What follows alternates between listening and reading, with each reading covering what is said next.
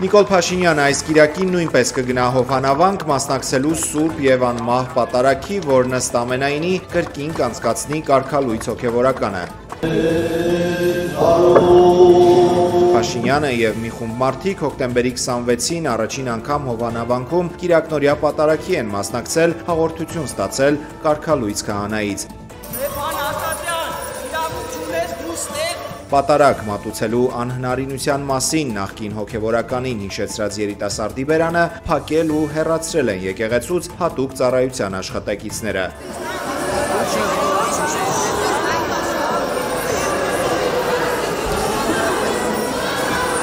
Րոպեներ հետո կարգալույց քահանան խոսել է բերանը չփակելու կարևորության մասին, քանի որ այնտեղից դուրս է գալիս Աստծո խոսքը։ Աստված խոսում է մեր բերանը։ Երբ որ այդ բերանը փակում են,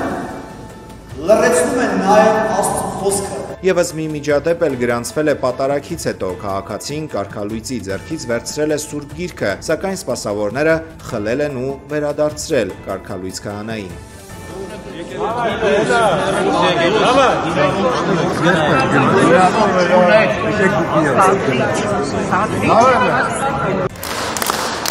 Պատարագի հավաքվածները Հայաստանի վարչապետին եկեղեցու ներսում դիմավորել են ծափերով, ծափահարել են նաև այն ժամանակ, երբ կարգալույց քահանան պատարագի ընթացքում Նիկոլ Փաշինյանին շնորհակալություն է հայտնել։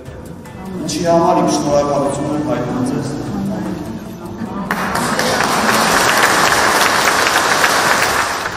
Իդեպ պատարագի եկած Երևանի ավականու քաղաքացիական պայմանագիր խմբակցության անդամը եկեղեցու բակում գաղտնազերծել անոնսել է եկեղեցու բարձրաստիճան հայրերի դեմ նոր կոմպրոմատներ հրապարակելու վերաբերյալ տեղեկությունը։ Շուտով կիմանաք, շուտով ամբողջ համացանցով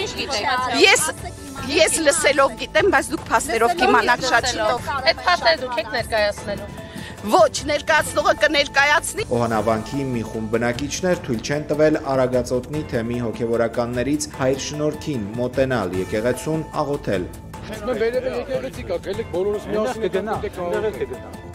Առաքելական եկեղեցին կիրակի նշել է խաչի հայտնության տոնը։ Մայրաթոր Սուրբ Էջմիածնում կիրակնօրյա պատարագը մատուցել է վեհափառ հայրապետը։ Կաթողիկոսի թափորի շարքերում քայլել է նաև Հովհաննավանքի կարգալույց քահանայի եղբայրը Անուշավան Սարգսակ Ասատրյանը։ Ըստ լրատվամիջոցների նա հոգևորականների հետ զրույցներում ասել է, որ եղբոր քայլերն անընդունելի է համարում։ Ձեր եղբայրը Անուշավան Սարգսակը երեք։ Եղբոր մասին հարցերին այսօր չի պատասխանել կարգալույց քահանան եւ ոստիկանների քաղաքացիական մի խումբ անձանց ուղեկցությամբ բացել է Հովհաննավանքի դուռը ներս մտել։ Նա հոկտեմբերի 21-ից այդ բանն անելու իրավունք չունի։